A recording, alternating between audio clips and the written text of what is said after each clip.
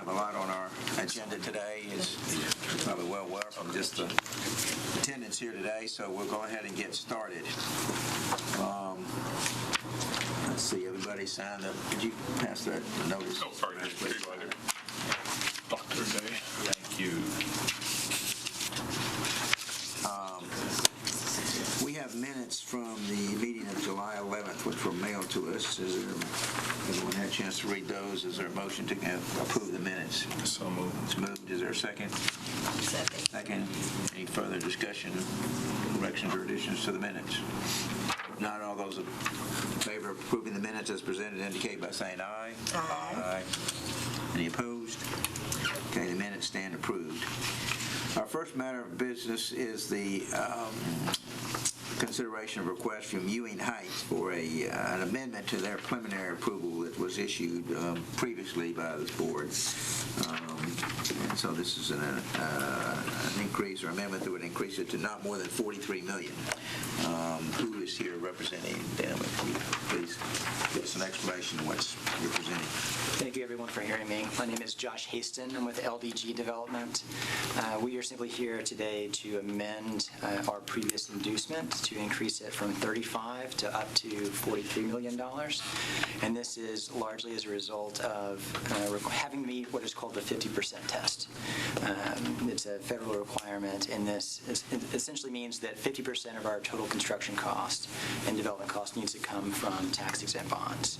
And so when we initially came to you guys, we did meet that test. And so now that construction costs have risen, interest rates have risen, all these other costs, we're coming back to increase our inducement so that we meet this requirement. Happy to answer any questions you guys have regarding the development, unit sizes, any of that. Back it out. So is the biggest cost been in construction costs? Yes. Which is $8 million? I mean... Yes. And how many units is this? This is 180 units. I don't know. Yeah.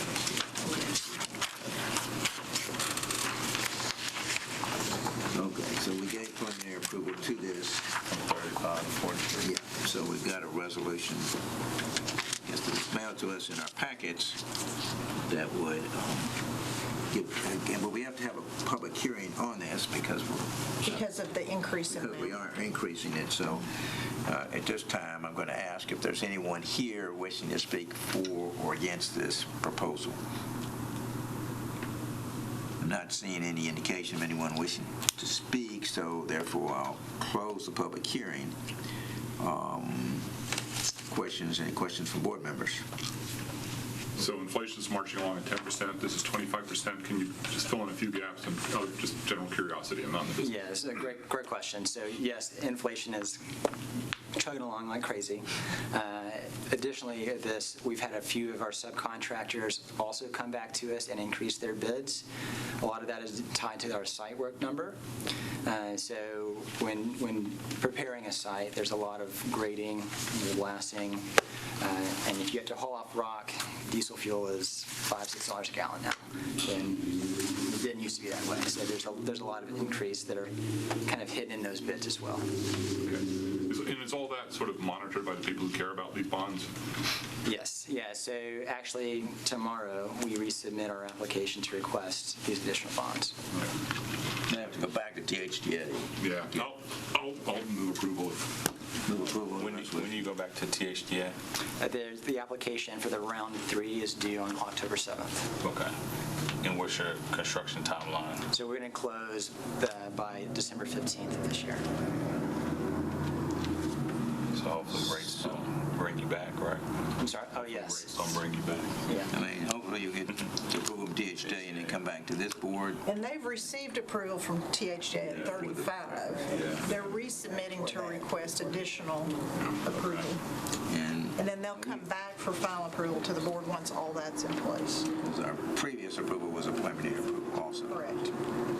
Okay, so we have a motion to approve the resolution. Is there a second? Second. Okay. Any further discussion? All those in favor of the resolution and do this increase amendment indicate by saying aye. Aye. Any opposed, no. Okay, the resolution is adopted. Thank you. Okay, we have, I guess, a similar preliminary approval of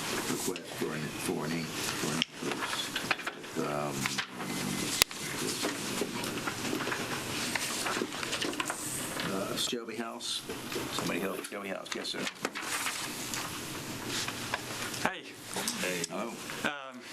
good to be here again. Evan Holiday, Holiday Ventures. So Josh did a great job of explaining. Similar situation.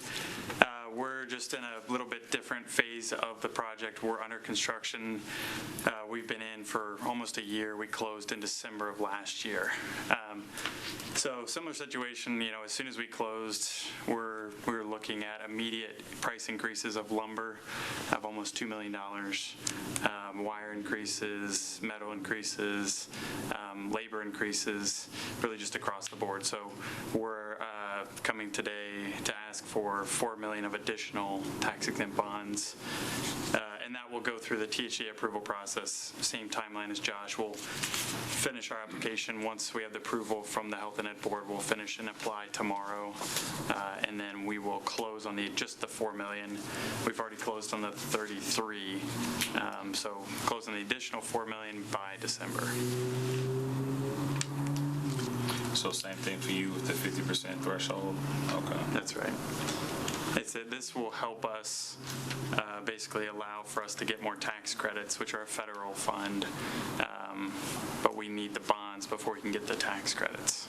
So did you have any of your prices tied down when you started construction, though? Was that pretty We much did. it? Yeah, we did. We probably had 85% of our construction contracts tied down.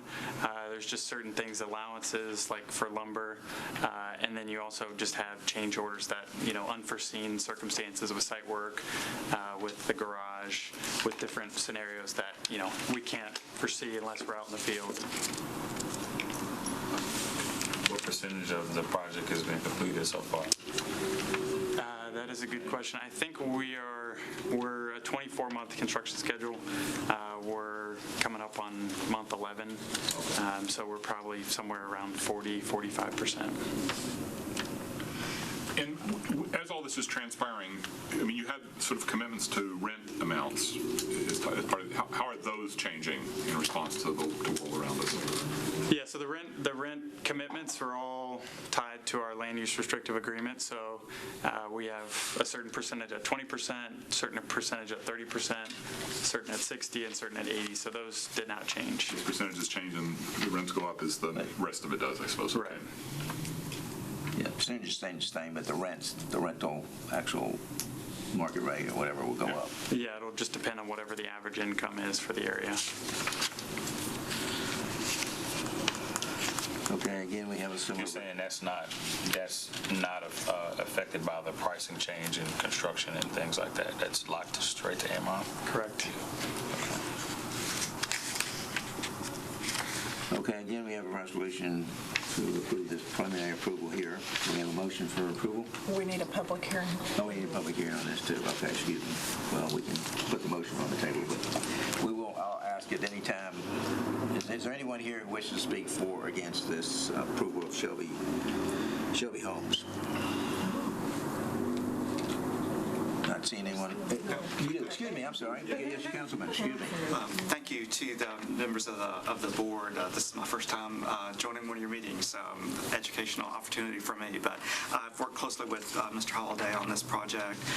One of the things that I'm really excited about for this one, in addition to the affordable housing, which includes some affordable housing at the very low levels of AMI, which is needed, is the partnering of services with Samaritan Recovery Community, which has been in our East Nashville community for a long time. But I think that this is what I hope is a new trend, but sort of a way of providing something close to permanent supportive housing and wraparound services on site, which we know is really needed in our community. So I've been very supportive of this project for a couple of years now. The East Nashville community has really embraced it. I think it's something that we're all really proud of and really want to make sure that it's able to move forward, and look forward to welcoming new neighbors into our community who need housing, but also hopefully keeping some of our neighbors in our community who need housing, especially if they also require or benefit from recovery services. So just wanted to speak in favor of that today. So. Thank you for your comments. Anybody else? Any other speakers? I'm not seeing anyone else indicating, so we'll close the public hearing. We're back to a resolution. Is there a motion to adopt this resolution? It's moved. Is there a second? Second. Any further discussion? Not all those in favor of the resolution indicate by saying aye. Aye. Any opposed, no. Resolution is adopted. Thank you for your time.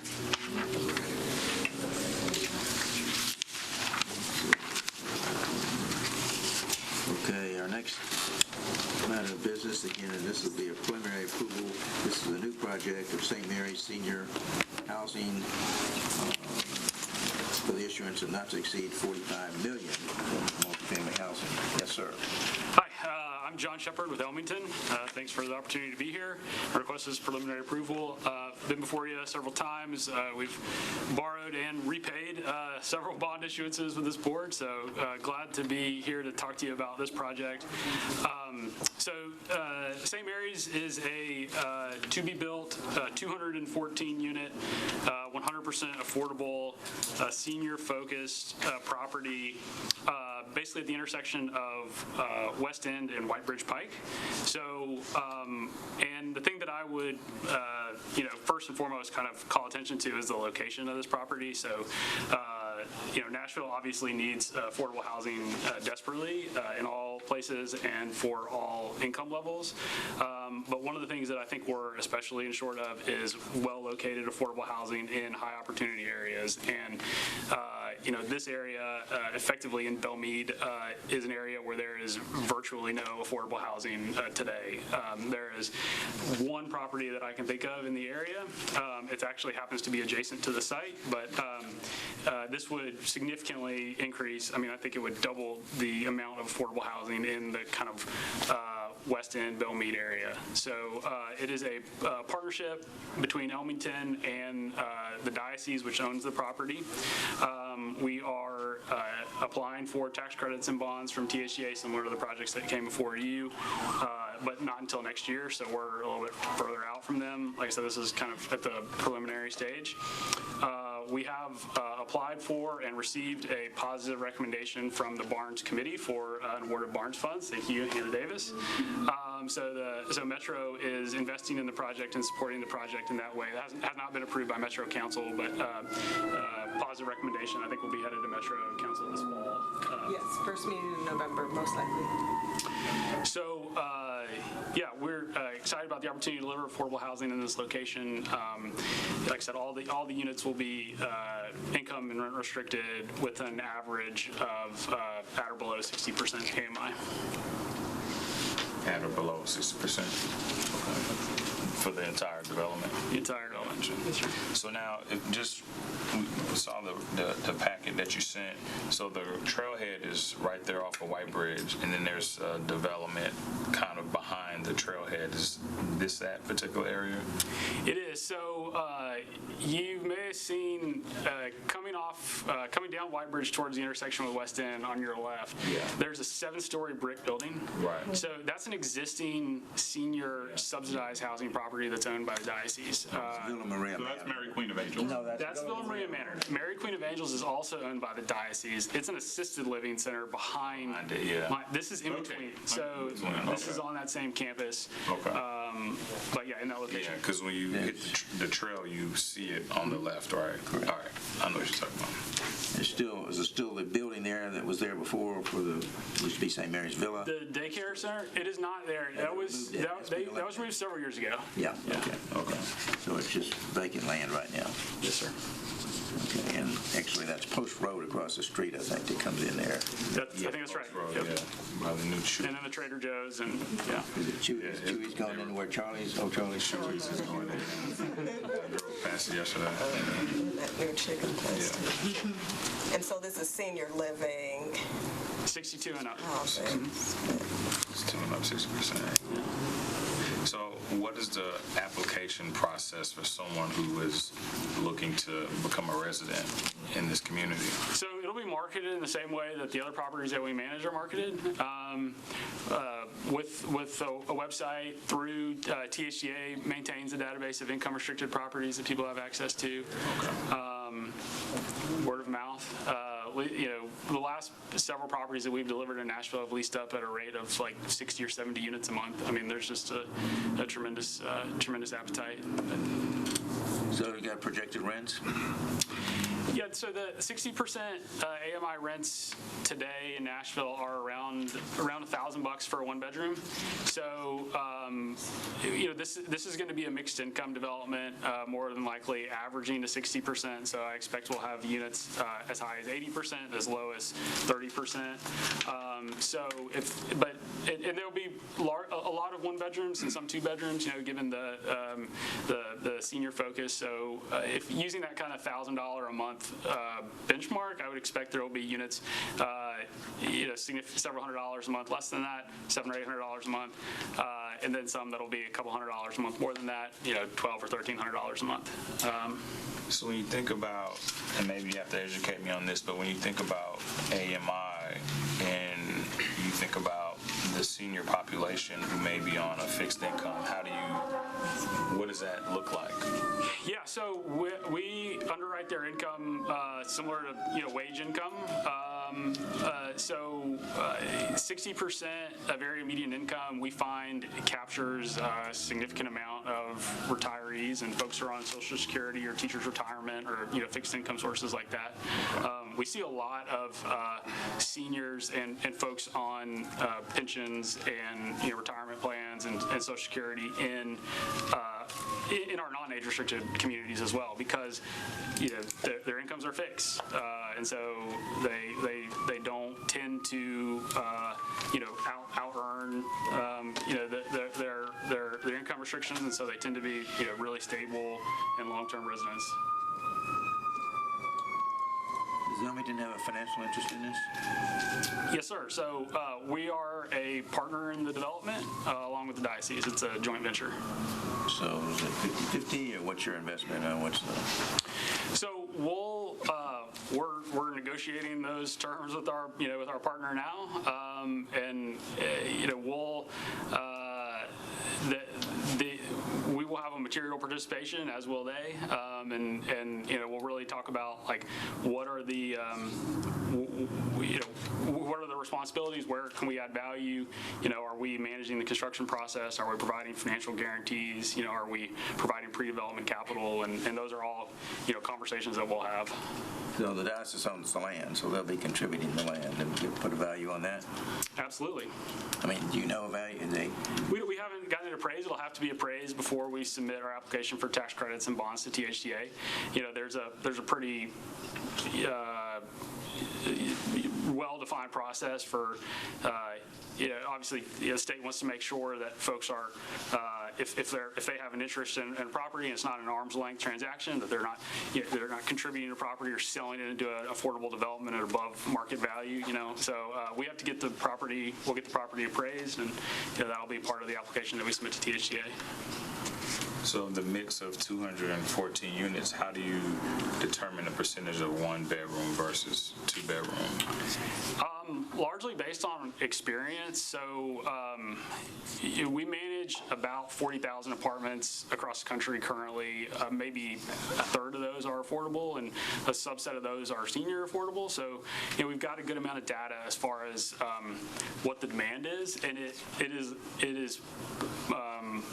The majority of the demand tends to be for one-bedroom units, but we do have a fair amount of demand for two-bedroom units. Probably won't be any three-bedrooms, but I would expect the mix to be something along the order of 60%, 65% one-bedrooms, and the rest two-bedrooms. Okay. Will you be Wilmington be managing this property? More than likely, yes.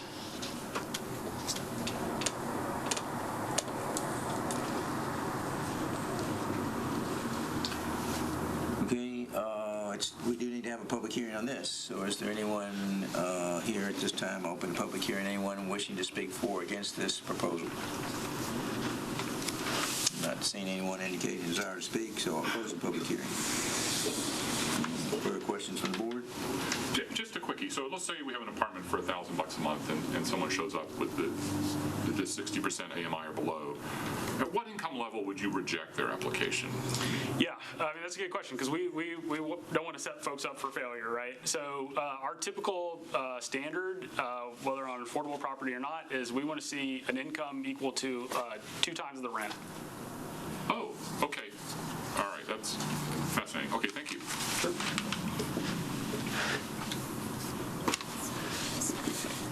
Okay, we have a preliminary, a resolution for preliminary approval of this project. Do we have a motion to approve this resolution?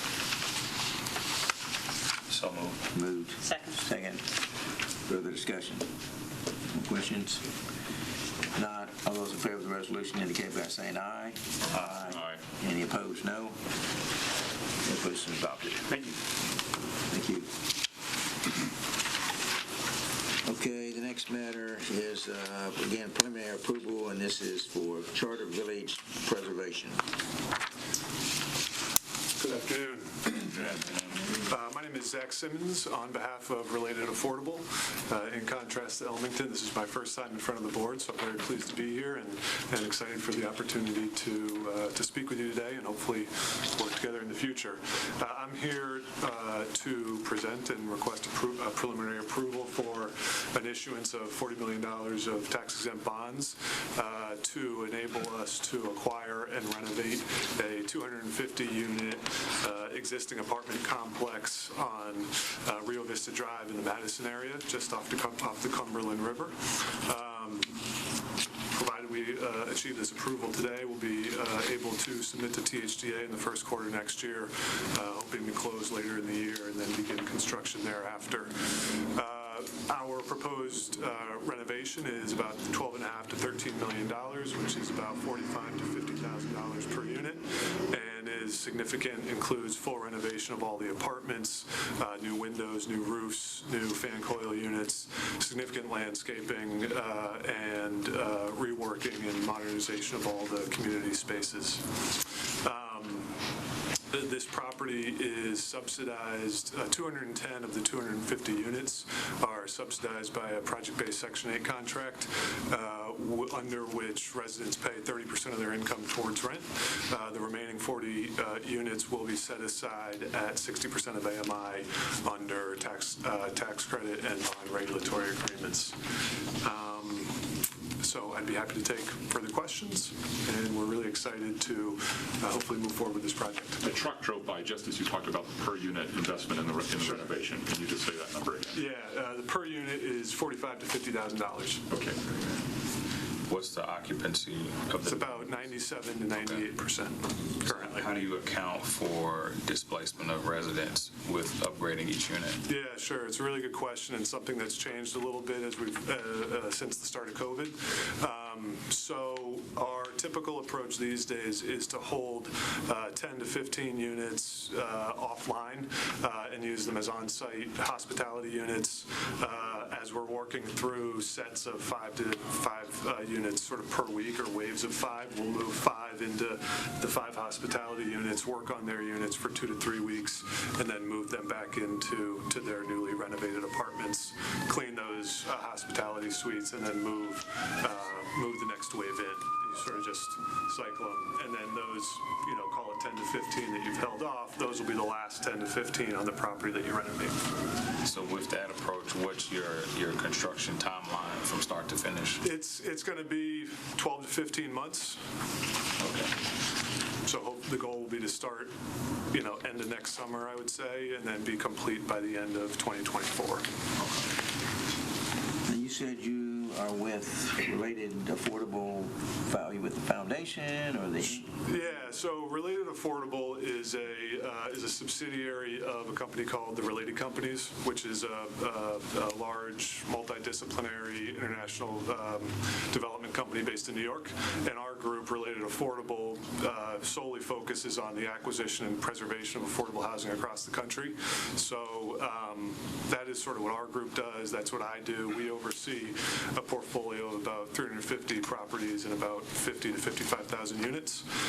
The Related Affordable Foundation, which we referenced in our materials, is a 501c3 that is funded by private donations, but donations primarily of executives at our organization, and has a mission to invest in the communities in which we operate by partnering with local nonprofits and local service providers to really address food security, connectivity, and the digital divide, and the other needs of sort of our resident base, which is largely low-income individuals. So,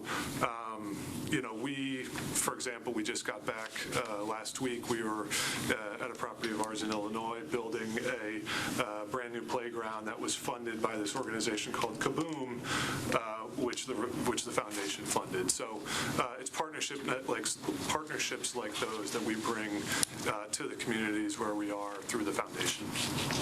So the developers make a charitable contribution to this foundation, and this foundation supports their projects.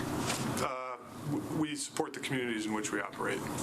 I mean, you do a lot of things to the housing facility that you built. Well, we serve the residents. Services. Yeah, I mean, it's more that it's that we partner with organizations in the community to provide services to the residents and others, quite honestly, that live in the communities where we are. The foundation does not directly invest in or fund these projects. That all the funding for this project and all our other projects they're just come providing from. services that make your project more attractive and more serviceable or desirable for the people living there. Yeah, and hopefully make the communities in which we work, better as well. What made you choose this property? Why did you all want to go into, fixing this one up? Yeah, sure. So, one, we really believe in the Nashville market. We've done quite a bit of research on it. It's obviously been booming for quite some time and is suffering from an affordability crisis, as a lot of communities in the country are. This particular property, has been, I would say, pretty well maintained, but certainly needs reinvestment, certainly needs attention, and this is kind of what we do. We try to make places better for folks and preserve them as affordable housing for the long term. So, Where do you live? I live in I used to live in New York City. I just moved to New Jersey. First time in Nashville? No, not my first time here, just my first time in front of the board. Right, okay. So did you help find this project? Or? I did, yes, sir. You don't done anything else in Tennessee? We have done other things in Tennessee. We had a property that we owned and managed in Lebanon, but this is our first work in Nashville. So just trying to understand the general picture. Obviously, you're buying all this you're investing some $12 million in it to get these $50K per 250 units, and then so there's a purchase price around $30 million, give or take, to the thing. Okay, great. And just you're getting Section 8 subsidies on 210 of these units, and that will continue. Correct. And then the others kind of fall into this lower income AMI, non-subsidized by Section 8 that we typically deal with. It's just, something about this feels like double dipping. And then I hear about the contributions, getting tax deductions from the executives, feeding back into the properties. It doesn't feel great. So.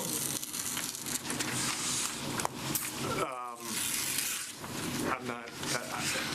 All I can tell you is that the project-based Section 8 contract is sort of separate from the bonds and the credits, and that the rental income from the Section 8 contract helps us leverage additional resources in the form of loan proceeds and tax credit equity, which we then reinvest back into the property. So I think that's, Who owns this property now? It's owned by an affiliate of GHC Housing.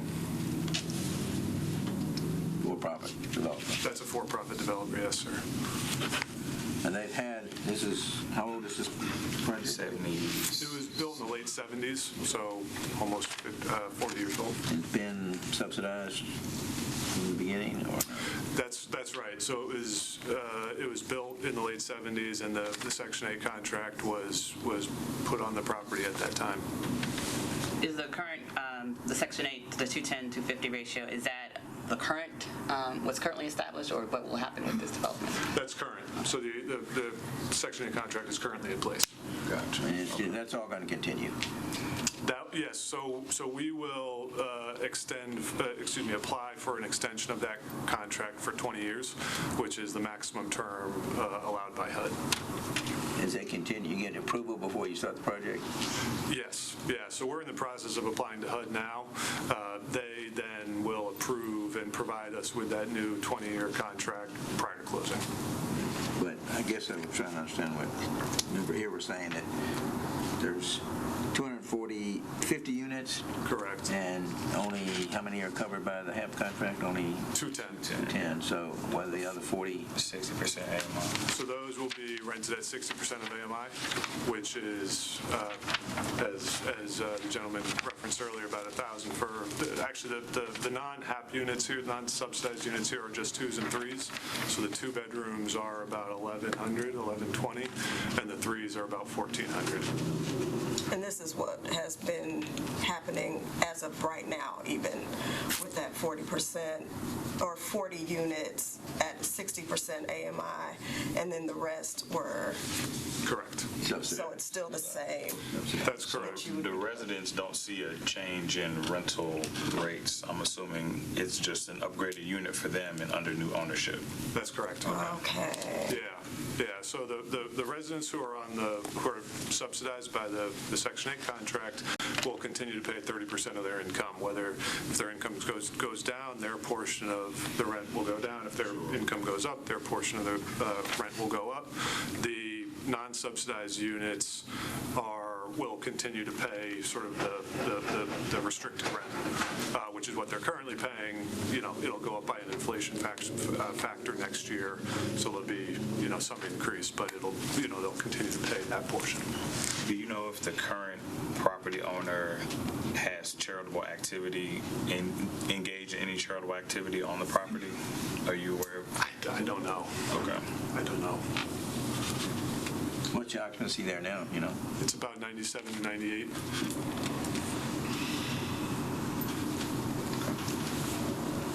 How would you grade the conditions of the property now? I would say fair. I would say well maintained, but aging. Right. The units are probably 20 to 25 years since they've experienced any sort of shot in the arm. The windows, the roofs definitely need to be replaced, if not now, sometime in the next 3 or 4 years. And the landscaping is, could use some work. Last question I have is any idea on the turnover of the units at this point? It's about 20 to 25, about 20% a year, which is, roughly 50 units a year. So, it's a decent amount of leasing activity every year.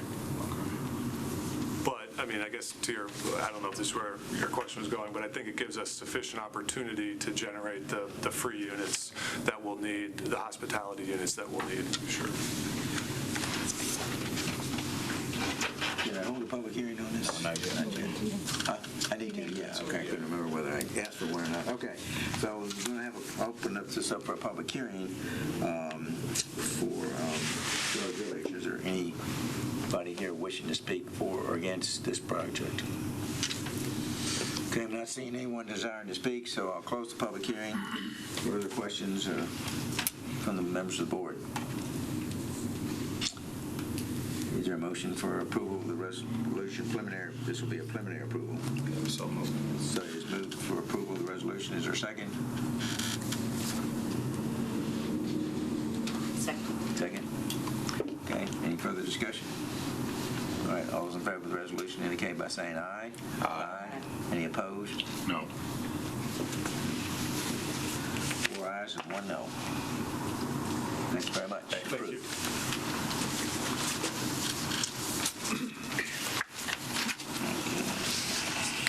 All right, are you ready to hear about our mixed income pilot? Let's go for it. Yeah. I'll wait for the chair to. We'll see what is next on the agenda. I guess that's what we have further on at all the pilots. So, yes, we'll take this time to get a presentation from a member from the Planning Commission. Yes. Well, thank you so much for having us today. As the chair mentioned, I'll give you an overview before we jump into the specific projects, since this is a new program. I'm Hannah Davis. I'm at our newly established housing division at the Planning Department. And what you see before you today represents our first new housing policy in almost 5 years. And so it also represents a lot of years of research and tinkering to try to get to a place where we had a good balance of the public good that would be received through restricted rents and affordable housing, and the public cost of foregoing future revenue through this tax abatement program. So what we have is we had a $3 million cap that we opened, had conducted a lot of market research, but wasn't totally sure, and I'm very proud that we have $2.82 million in applications presented here for you to review today, totaling 428 units, and almost half of them are in the downtown area, which is an area that is very often hard for us to access with other affordable housing funds just because of land costs, as I'm sure you're aware. All of the applicants, you'll see the program details in the packet that I sent out. So the applicants kind of got to choose their own adventure, and there would be a corresponding tax abatement available based on the percentage of the project that they chose to restrict at certain area median incomes. All of the applicants chose to apply at 1B, and so that was 40% of the units at 75% AMI. And two of the applicants, as I mentioned, applied within the UZO. That's our urban zoning overlay, kind of like the downtown area. And we put a little bit of a bonus on the application for those locations, again, representing our desire to attract units in the downtown area. All of the units will be affordable for 15 years. There's an option to renew. Since this is a new program, we will be monitoring its efficacy, and that will inform kind of the renewal process. Memphis has a similar program, and so I've been tracking kind of how they analyze the renewals. Then you start to get into, are we going to need additional funds to rehab it and ensure that the place can be a safe and healthy place for residents? So, of course, if we make any adjustments, those would first go to council and then come back to you all for consideration. This bill was passed in May and did receive overwhelming support at council, which we're excited for.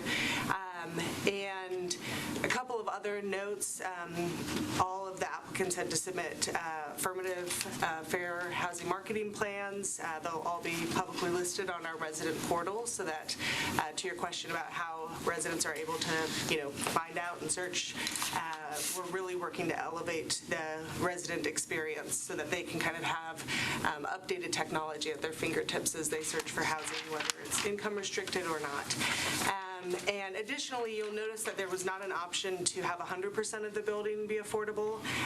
We are increasing our toolkit for our affordable housing policies, and so our other tools tend to encourage scale. We have to address this problem with a lot of units, and so, for example, barns, the vast majority have to be income restricted. Barns can only be used for funding up to 60% AMI.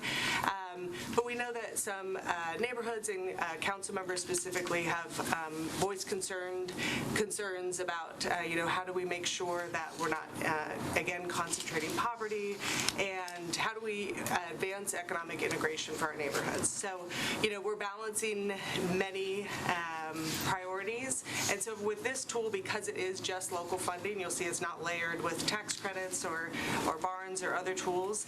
That layering is essential for those affordable housing developments, but here we have the chance as a local tool to try to be a little bit more flexible than we're able to with our other tools. And so 60% of the units will be rented at market rate. One other thing of note is this first time you'll see that we're coming here for preliminary approval. In the future, we'll expedite this a little bit more to make best use of your time. But as this is the first time that you are all reviewing these applications, I wanted to make sure that we kind of added an extra step in here so that you could ask questions and increase your familiarity with the program and provide any feedback along the way.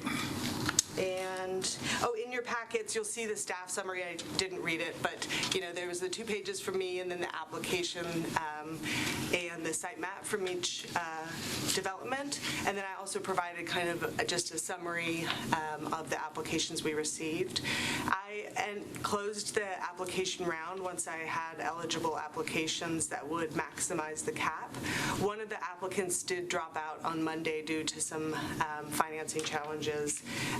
They, in this financial environment, there's a lot of moving parts, and so they withdrew.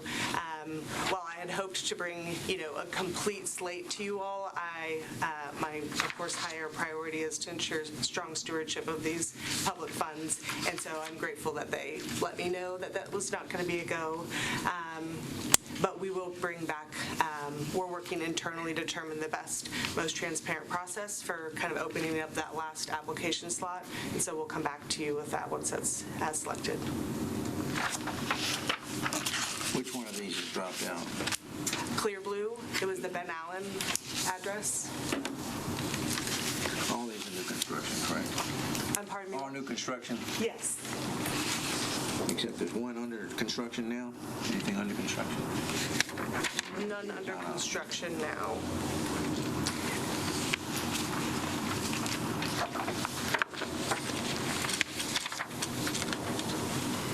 Mr. Chairman, do we have sort of a Q&A session now with Yeah, Ms. I think Davis? so. I did see it on the agenda. No, yes, I think But that's I would appropriate. Go ahead. Welcome that. Okay, great. So why is the HEF board looped into this? This is nowhere in our charter with the state of Tennessee that I can find. Well, I am not as familiar with the state of Tennessee's charter as you might be. From where we were directed, from part of the reason that I spent 3 years on this was because I had initially thought we would go to the Industrial Development Board. There was a program similar to this that was done under the Purcell administration and did go to the Industrial Development Board. However, there was a council member who said that he did not see that in their charter. When we looked at the Health and Ed Board's charter, we did see the opportunity to do a tax abatement on residential. So that is why we have arrived here. So in the Tennessee structuring documents that brought us into existence and let the council elect us here, we believe that it's more than just allowing for tax-free bonds, which is what I signed up for 5 years ago. Cindy, can you address this issue, please? That's a great question. I had the same question. Our charter, which Larry will remember this, as originally written, did not permit pilots unless directed by majority vote of the council. And so that language is still in our charter. And so anytime we've ever done a pilot over the years, this board was involved with some pilots with HCA. There have been a few, a very small handful, but it always has to go to council first. So for this, that's in our charter. So under state statute, yes, we have authority to do this, but our particular charter prohibited pilots except at the direction of a majority vote of Metro Council. So anytime anything like this comes to us, it has to go to council first. So this program has gone to council, and council has directed the board, as required by our charter, to consider this. Okay, I need to, the next question then is, so why is the council handing off the, I mean, I trust my councilmen completely. They're fantastic, wonderful people. Why are they not having the guts to say, Ms. Davis, you pick who gets the $3 million and call it a day? Well, I mean, well, we have to, I mean, the program is... The property has to be titled in a governmental entity for the tax abatement.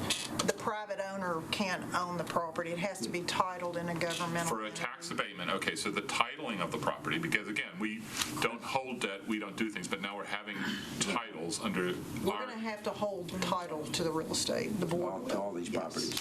Yes. And do we do that independent of Adams and Reese law firm? Is that just like on the books of who has a title to what? Well, that's part of what we're discussing because Metro Legal Department is advising Hannah and the Planning Department and will be working on this with the Metropolitan government. But on behalf of the board, I would envision we will certainly have a review to make sure they're not asking the board to do things that are not permissible. But basically, they're going to be doing the review of all these proposals, seeing if they meet the program requirements requirements for the ordinance. And then our role would be simply to authorize us to take, once they've been approved, to take title to the property so that they can get and do the payment in lieu of tax. Is that right? Correct. And so I think this is obviously a new program, and so all those details are being, this was certainly not a creation we came up with. So planning is working through Metro, just like the application fee. Well, who gets the application fee? Well, this board does not even have a bank account, so we don't handle any funds at all and don't need to. And so Metro Finance is handling application fees for this program. The entire program, applications, everything are going through planning, through Metro. And we won't see them unless they approve them. They'll send whatever they approve to us to take title so that they can meet the requirements in order to get the payment in lieu of taxes. Okay, and as I understand this, if we say yes, then now in essence, we're telling the council to walk past $3 million of potential property tax. I know it doesn't quite work that way. And then that $3 million next year will continue as an abatement, and the statute says we can have another $3 million. And so it piles on. And so pretty soon, if you do the mathematics, you're at $40, $50, $60 million in abatements from the action of this board tied to a council which is seemingly unwilling to take on the global problem of affordable housing, nor should they. I mean, it's a federal problem of the economic structure of the country. I'm just kind of stunned that they have sort of handed us this little program that we're going to fund on property tax for a massive national problem. And I just can't wrap my head around seeing my neighbor at church and saying, yes, I've allocated, $60 million of property taxes to landlords who should be keeping up their property anyway, kind of thing. So I'm just, again, I'm hitting this for the first time. It's mind-boggling, and it seems like a, very ill-conceived thing from the get-go. Well, the council has authorized the $3 million abatement. That's the maximum. And will they have to do that every year? Will they have to, is it a program? Is there a number of years? Or do they have to reauthorize it every year, or is it continue on every year for $3 million limit? They would have to include it in each new operating budget for a new allocation or cap of $3 million. Okay. So the council, it's not you or I that are giving any kind of abatement. It's really the council that's doing it. We are a vehicle because only property that is owned by a nonprofit entity or a governmental entity can get the. Okay, but they could have spun off a governmental entity, presumably, to help to do this. Yeah, I guess. I mean, it's just frustrating that what we signed up for is sort of being dumped on. This is a lot of money coming out of a local budget that somehow I'm in the path of, and it feels very icky. So, at any rate. Well, the council debated it and they passed it. Yeah, no. Memphis structures theirs similarly as well. So I've spoken with their council and read their reports to try to kind of learn from some of how they've navigated their first few years of this program. And I think the vote on this was 24-4. What was it? Yeah, no, I found coverage in the Tennessean, yeah. And some of the concerns raised were that this is not putting an impact on a billion-dollar problem, and instead it's one of these government policies where we're making a few people happy, and anyway, so okay. Oh, I would argue that it addresses this. There's no silver bullet for affordable housing, and at the local level, we're determined to make the impact that we can. Of course, we welcome $1 billion from the federal government. Certainly wouldn't turn that down. But currently, the Barnes Fund is funded through the operating budget every year at the discretion of the mayor and the council. And those funds come in and they go through a deliberative process that's really essential to their stewardship, and then they're granted out. By entering these agreements now, we have the chance to, kind of, again, create housing security through a long-term partnership. And as has been mentioned, the council did set that cap.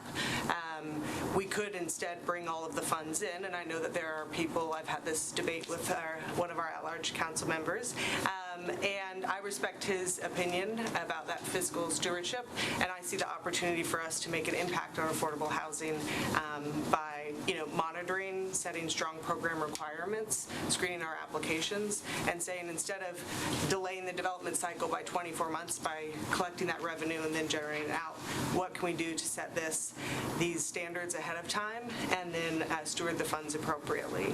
And I'll make the case again to council in the next budget cycle based on the strength of the applications we've received here. And one important thing here is that we can now say that these units will be income restricted for 15 years, and that's really essential as people, their families, individuals work to build a community and know that they have housing security. So that's one of the guiding principles for us, and why these partnerships are really essential, as much as we appreciate the funding from the operating budget as well. Because it seems like it's kind of casting more of a wider net instead of it being smaller of who you are. Typically it's the same people who are able to get the funds and be able to do what they need to do for affordable housing. But with this program, it seems like there might be a wider net possibility for others to be able to come in and get without, Yeah, it's an all hands on deck challenge, certainly. And these payments in lieu of taxes cannot be less than what the taxes are today on the certainly. property, right? Yes. So there's no decrease.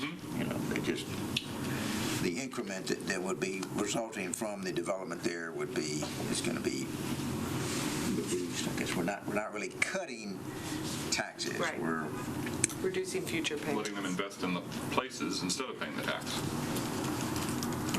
I think, too, you brought up landlords taking care of their property. These are all new construction. Sorry, your name, sir? Brandon Plunkett, I'm sorry. I got one of the applications here. So it is a little different. It's not. We're not asking for, coming in to rehab a property. These are all brand new. So in theory, you could almost argue these are taxes that maybe wouldn't be happening anyway, because this is enabling us to build affordable with new construction. So either the project would be smaller and you'd get less taxes anyway, or there'd be no affordable housing whatsoever. But if that's a good thing, we should be doing it times 100. It's okay. I've got it. I guess I don't want to hold up the meeting. I would move that we send this back to the council and suggest they form a separate nonprofit to handle these pilots.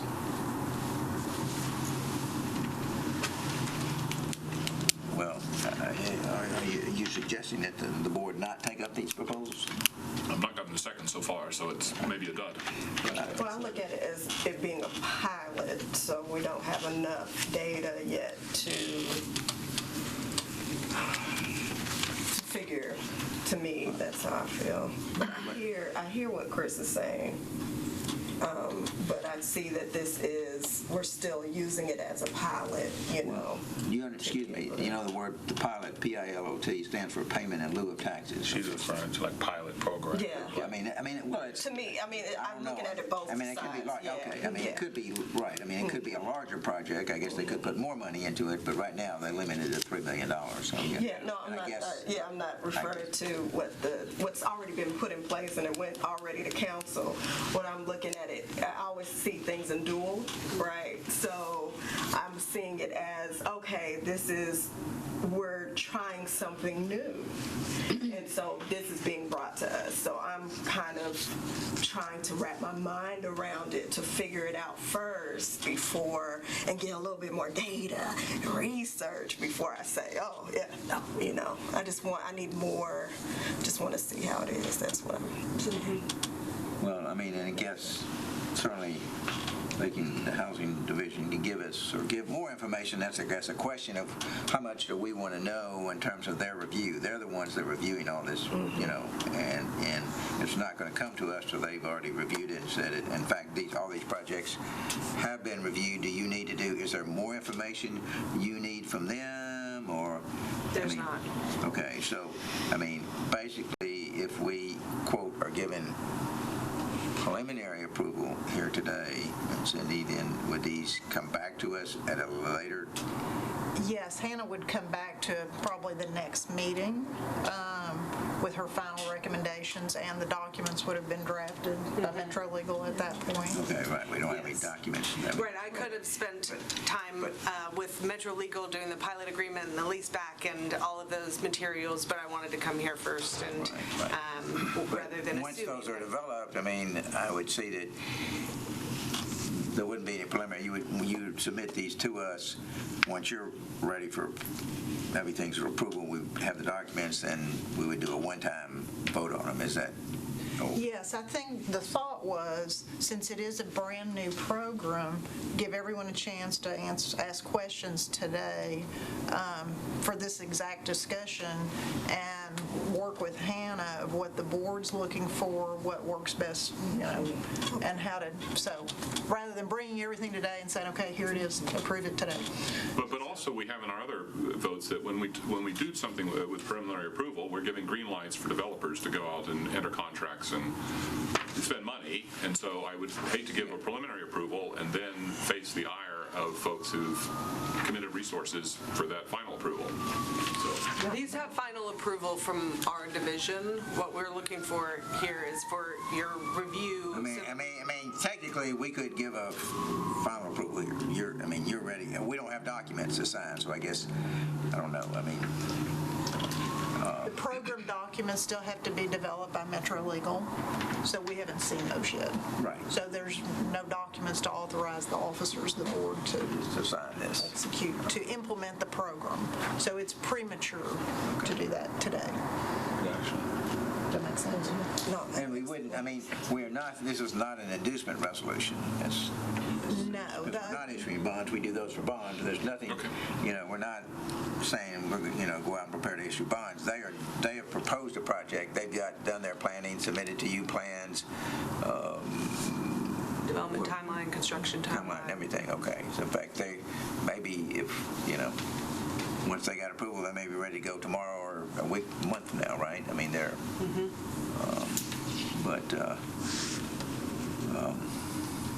and I guess one thing is, should we want to consider these one by one, or can we consider them as a lot together? That's the board. I'd say one by, I have questions on each development. Yep. But how does that affect what your team is doing if you bring 5 and there's not 5 approved? How does that change? What happens on your end? We would have to go back and open up the application.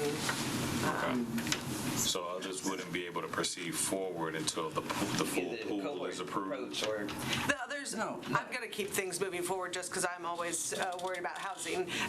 So I would, keep what's in pipeline moving forward and then kind of go back. They're all independent of each. Right. Yeah. It might not be as tidy as having the cohort, but. Sure. Okay. So are we to vote on each today? So do you want to go through each agenda item and discuss each? That'd be great. Sure. Okay. All right, then we'll start, and I assume all these people here in the room, you all represent one of these 4 projects, right? Is that correct? Okay, so I guess the first one we have is Elmington Capital Group. And, I don't know, in the future, do we want a presentation from Elmington Capital, or we want a presentation from Metro Housing? Developer. Yeah, developer for sure.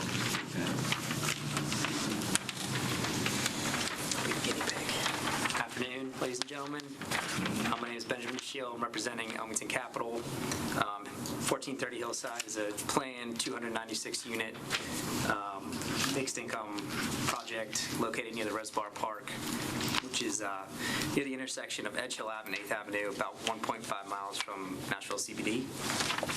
We applied for Tier 1B, which is to restrict 45% of units at 40% of units at 75% AMI. We think think this will help provide, housing to the missing middle, families of 4 who are making roughly $75,000 a year in income. We expect a market discount rate, or a discount to market rate of $650 on 1 bedrooms and upwards of $1,200 on 2 bedrooms. Just to reiterate, 40% of the units is roughly 118 restricted units total. Happy to answer any questions. So existing development with existing tenants and your...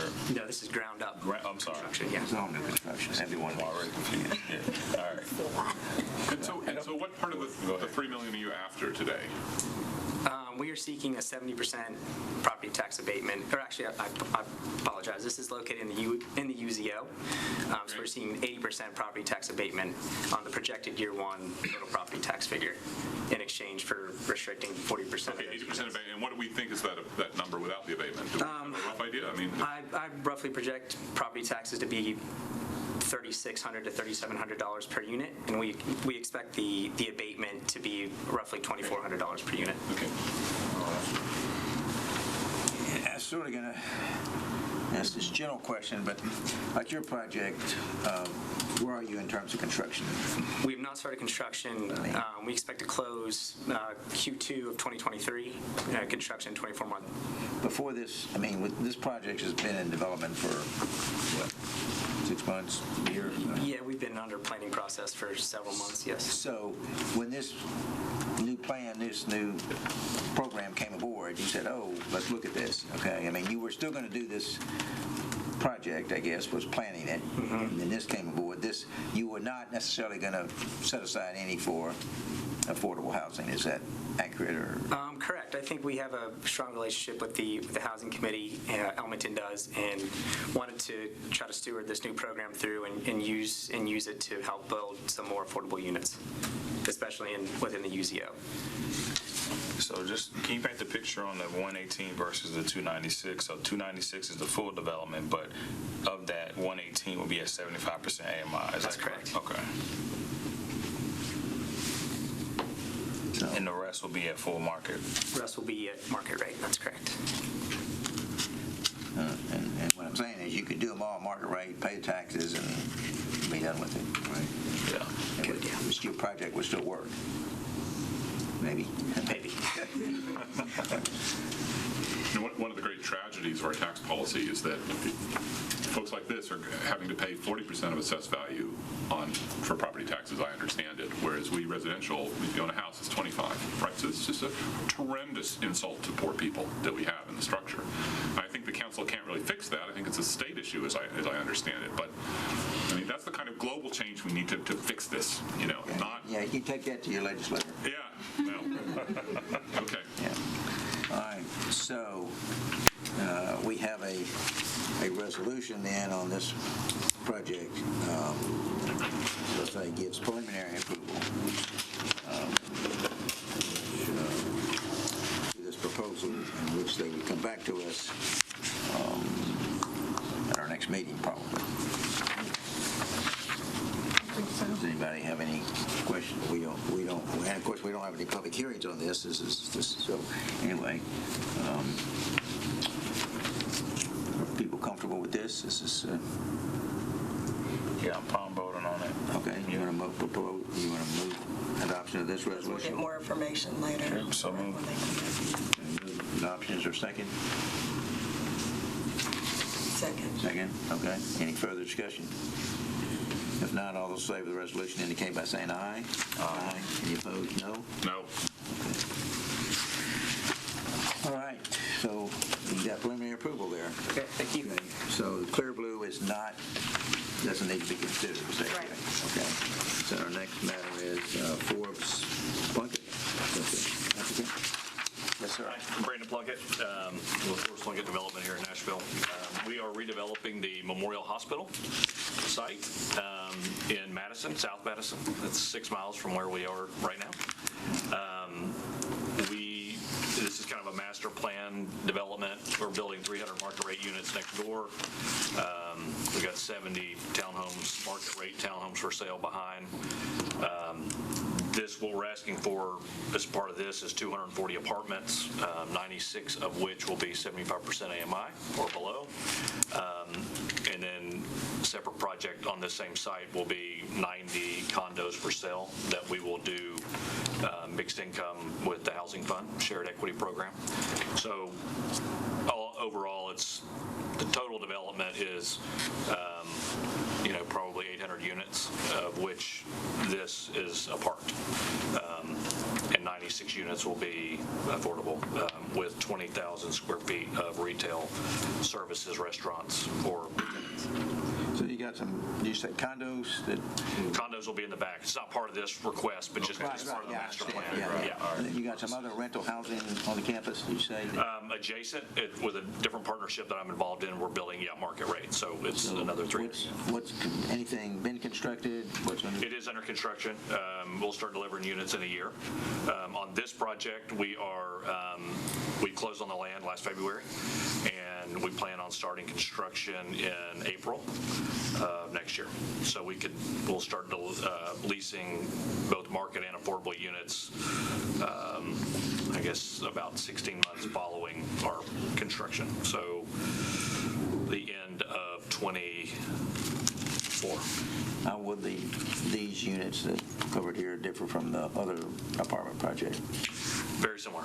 Yep, all the affordable will be spaced out equally throughout. The ratio of 1 and 2 bedrooms will be the same as the market rate. So we didn't stack them all in studios or 1 bedroom. So kind of a true mixed income, equal opportunity type deal, all the same amenities, everything. So. And again, was this project under consideration or whatever, or your plan before? Yeah, but it would probably have to be all market rate. Yeah. So, yeah. So full site plan will have some rental units in multiple buildings, I'm assuming, mixed use development, single family detached properties, or? The back will be townhomes, the very back, it's separately adjacent but separate project, and this will be 3- and 4-story buildings. Yeah. All right. Okay. These two different buildings will look very similar. All this, very similar. Same architect and everything. Look like one project. Yeah. All right. But the affordable will be all throughout everything. So we don't have like an affordable building, just if that makes sense. So that's, all the units will be spread out. You won't know, your neighbor won't know whether you're. Right, but I thought there were two different. Yes, next door there's an all market rate, yes. Yeah, okay, that's what I'm saying, the all market rate, and this will be mixed income. Be mixed, but the two buildings all the same. Same architect, same developer, everything. Yeah. Okay, so questions? This is just kind of maybe just to help me understand why this makes sense for you all from a business perspective. But if you went full market rate versus this, what's the math look like? What economically makes more sense business-wise? Honestly, this, I won't say it's a break even, but it kind of helps us get very close to the market rate. Okay. Without it, we're dead in the water on it. Okay. Just a little background, I try to do tax credit deals. I'm not as smart as some of these guys. And I can never really get it figured out. And I honestly started talking to Hannah about this 3 or 4 years ago, this program, and saying, it's going to work. Just let's try it. And to her credit, she has been working on it for 3 or 4 years, and here we are. And I think, to your point, it's bringing in new people. I think none of the applicants here have done, except for Elmington, have done tax credit. So you've got 3 new developers doing affordable housing. Right. I've also got a project with the Barnes Fund for sale product that I partner with a nonprofit. So I've been trying to do affordable. So we could go all market rate, and it would probably kind of even out. But my partner and I believe in kind of the mixed income and where this is located. It just makes a lot of sense. How many projects have you done in Nashville? Probably 10. I'm from here, so I'm kind of there's a few of us around. Done anything outside of Nashville? What's that? No. All right. And thank you for your comment of education. education earlier. I mean, I think if I were in your business, I'd be going for it too. I didn't mean to say anything that sounded critical of what you do for a living and how it works. It's just a situation where I feel like the council seems to have handed away a tremendous amount in a problem that is much greater than this is going to be. Ms. Davis, how many applicants do we have for this? So I closed, because there's an application fee and I want to have good relationships with all the folks here, I didn't take their money once I knew that I had a full slate. So I've 9 applicants who are on the wait list who've said they plan to apply. Okay. And then 3 that would be. That's for the next budget cycle. Is it, okay, not calendar year, but budget year? I mean, we go from September to September, right? We have 2 budgets of $3 million that have built up. So some of that was due to the launch of our housing division. We did not get the policy to council. Well, we got it to them July last year, and then this IDB hiccup came in. So this is 1 fiscal year's cap, and then we actually have another right on deck that we'll plan to open. And so the day that you started applications, you got filled up with 9 or whatever that? No, I got, if kind of dynamics that I got a couple, and I got a couple more, and then once I reached the max and told people that they couldn't apply, then I got a lot more demand. So the market forces of supply and demand were Okay, so they're giving away too much. Okay, got it. Sold. So, okay. So you got another $3 million to work with, or right now, or I mean, you don't have to wait till next year. You got right. Okay, so we have another, again, the preliminary resolution for preliminary approval of this project. Is there a motion to approve the resolution? So moved. So moved. A second? Second. Further discussion? If not, all those in favor of the resolution indicate by saying aye. Aye. Opposed, no? No. 4-1, the resolution is adopted. Okay, the next matter is Wilmington Capital. All right. You got another one? Yes. Me again. Name's Benjamin. So Bell Road, 583 Bell Road is a 286-unit planned development. 114 of those units, or 40%, are to be restricted at 75% AMI. The property it's a 10-acre site. It's located near the intersection of Bell Road and Murfreesboro Pike. This is another ground-up development, full construction. We plan to close some first half of next year and commence construction. Happy to answer questions. Yeah. Any questions on this?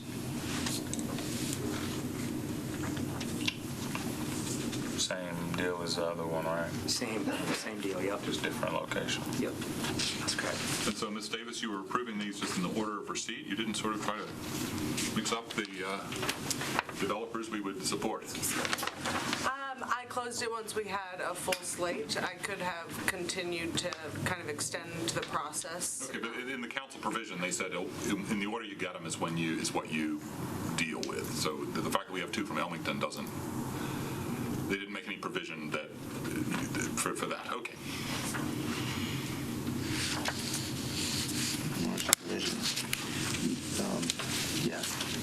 Well, I guess we do have. You said something about projects downtown. Yes, there was a bonus for that. We have one coming up. Yeah, I know that you're in town, but these are all outside of downtown. Way up in the Antioch area, which is fine. Correct. Okay. Any further questions on this? I have a larger question. Sure. I think connected to the program. I'm noticing all of them were, and if I missed this, I apologize, at 75% AMI. I'm just curious how that was selected or why that difference. Yeah, I don't know why they all applied at 1B. I'm assuming that means that was the one that worked out. But as I've spoken with other developers, others have said that 3 works out. So I think it will kind of depend on the size of the development, where it's located, what the intent is. But I'll be be interested to see in the next round if we continue to see that pattern, and then we'll probably work to make some adjustments. Anything that's in the resolution that I shared with you, any adjustments to that program would have to go back to council, but we can make it more competitive through the program requirements that our division sets. Right now, those requirements don't stipulate any percentage at AMI. Is that correct? 75% the minimum? Is there a threshold that they have to meet through the program? Well, they could choose based on that level, so, yes. And then the abatement decreases based on, the affordability, the percentage of the building. So that might be the sweet spot, 1B basically. Yeah. Got it. A little bit, real quick, just a practical, for us at least, it was that metric, our spread is about 400 a unit between the 75 and market rate and what our market rate units are. So if you kind of back in using that, the 60% tax abatement, it kind of lines up with that. If you get way below that, you can do fewer units, but if we want to do more units at a little bit less spread, but you're still giving more affordable units. There is a need for much lower, but I think it's just harder to enact that on a larger project. So I don't know if that helps, but just as a practical I appreciate matter. the context. It's just a trend I I noticed think that we see. that's probably why you're seeing it a lot, because that's where the metric And lines up. usually it's 60, so that was just interesting. Oh, yes, and your question about the AMI? Right. Yeah, sorry that I didn't understand that right away. So one of the questions we get a lot about is about, workforce housing, which I will always say we see families of all income levels and individuals working. So the majority of the research shows us that. But most of the federal tools are pushing at 60 AMI, which typically makes it harder for us to produce more units with a local tool. But regardless, what we wanted to do is adjust our AMI a little bit because the median income in Davidson is less than what we see for the area median income. And so that's why we went to 75% AMI instead of 80, and then pushed the second level was 50 instead of 60. Okay. Thank you. Thank you. Okay, is there a motion? Did we have a motion for this resolution? We did, didn't we? No. Okay, I'm sorry. Okay, is there a motion for this resolution? I'll make it. So Okay. Motion is to approve the resolution. Is there a second? Second. Second. Any further discussion? Not all those indicate by approval indicate by saying aye. Aye. Any opposed, no? No. Okay, so we have 4-1 approval on this. And the last one is Untitled LLC. I'm Jacob Chapman with Giratana. So we're developing a 250-unit, 33-story high-rise tower at the corner of Dr. Martin Luther King Jr. Boulevard and YMCA Way. We think that the downtown market is a horribly underserved market in terms of affordable housing. Everywhere you look, there's another building going up of luxury residential. And the people building those buildings, the people that are going to be working in those buildings, the janitorial staff, all of those folks will need somewhere to live, and not all of them want to commute 30, 45 minutes to an hour to work. So this provides an excellent opportunity to locate affordable units in the downtown core where people can walk to work. can you give us some context on, I'm familiar with the other properties you guys typically develop. What will this physically look like? Because this is the oldest elevator building, right? Yes, that's correct. So what would this visually turn out? Yes, it's a mixture of glass and brick. Will be How tall? It'll be 33 stories. Okay. So the building very near to it that we're developing, Alcove, is a market rate deal. We just topped out on that one. Other end of YMCA Correct. Way. And it's 34 stories, so similar height.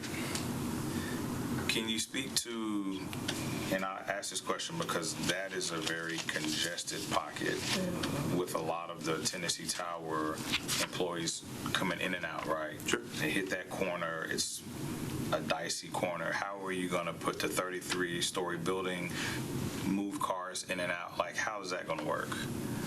Yeah, so the downtown Nashville code does not require parking on site. Okay. So there is no parking for this tower. Gotcha. It's geared towards people living and working downtown. Okay. Loading will be on YMCA Way, so that we keep that traffic off of the major thoroughfare there. Okay. When I think of Giratana properties, I think of some of the absolute marquee landmark places here in town. Can you, Dr. Ade mentioned that he knew of several of them. I mean, what do you sort of cite as the top, 3 or 4 buildings that everyone should know in Nashville? Sure. Are yours? So 505 is the big one, 45 stories, 178 condo units, 350 apartments. We are currently under contract with the Y to build the tallest tower in Nashville. So we'll close on that land into this year and build a 60-story tower called 1010. It'll be 750 feet. Hopefully you can see it from just about anywhere. Yeah. And then 900 is one that we're super excited about. Just topped out.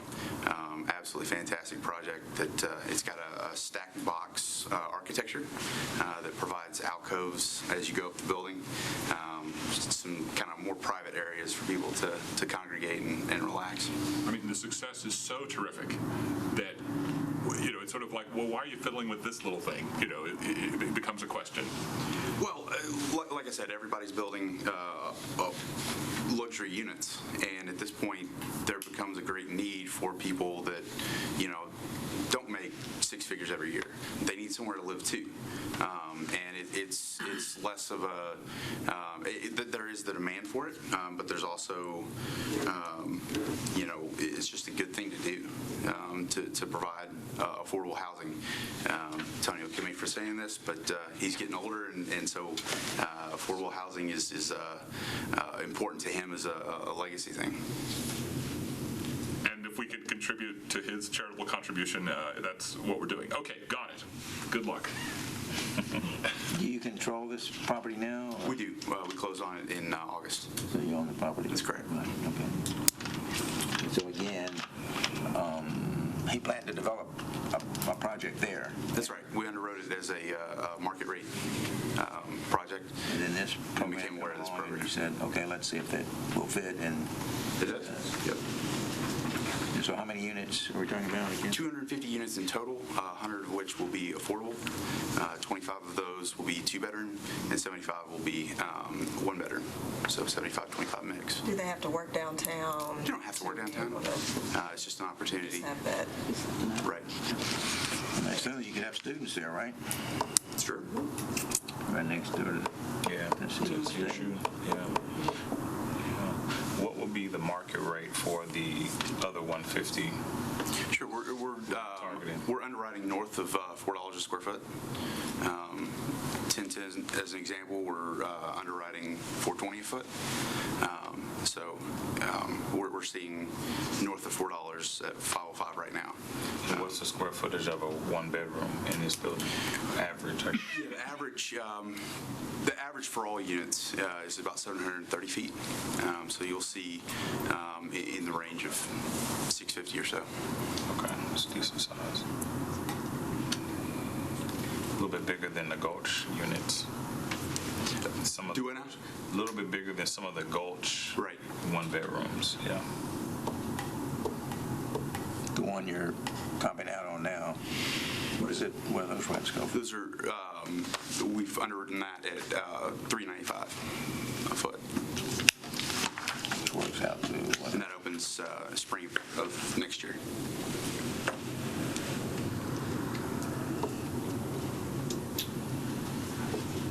Okay, further questions? Okay, is there a motion to approve this resolution?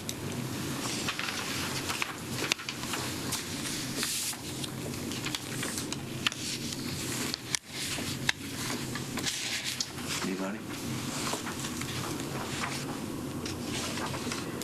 Chairman, make a motion.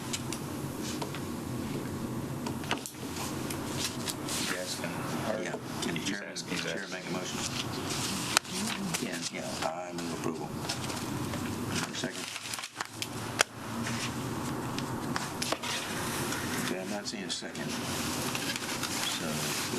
resolution. Consider this at this time. I don't know. They can bring it back to us at a later date, or Yeah, I can bring it back to another meeting. give it further consideration. Thank you. Thank you. Okay, I think does that conclude every project we had on our agenda.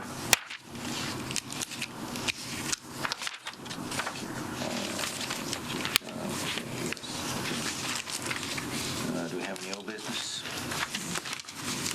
Any new business?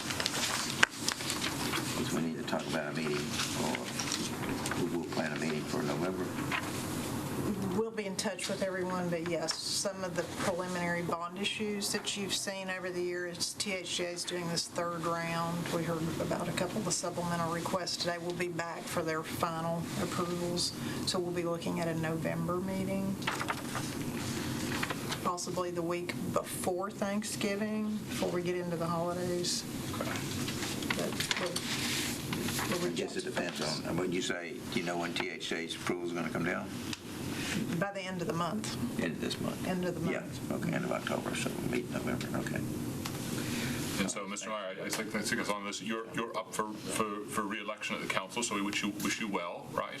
That vote is on October 18th, which was the other thing I wanted to mention, because we wish him well. In the event he is not reelected, we'll want to elect officers at the next meeting, and we probably want to do that anyway, so everybody just give that some thought between now and our November meeting. Do you have any information on the nominations? No, okay. I would like to move that we add an agenda item, sort of open-ended, and that is to discuss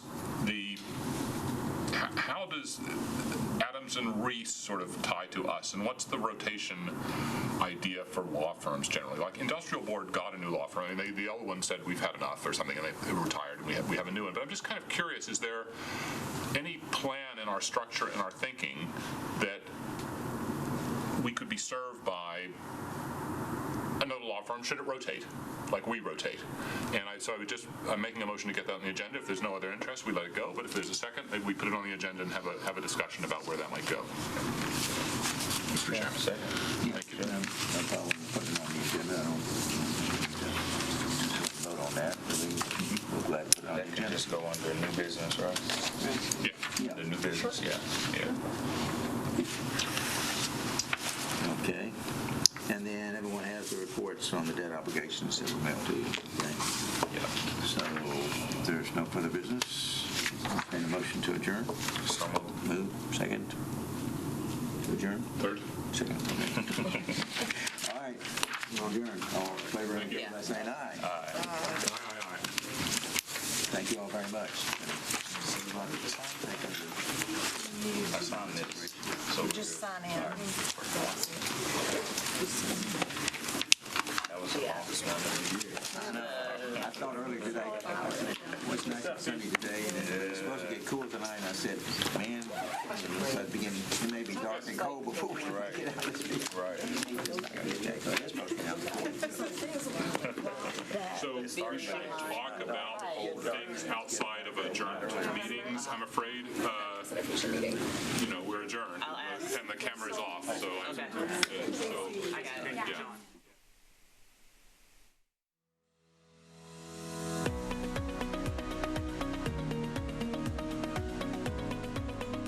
This has been a service of the Metro Nashville Network. If you would like to see this presentation again, or for more information on this and other programs, visit nashville.gov.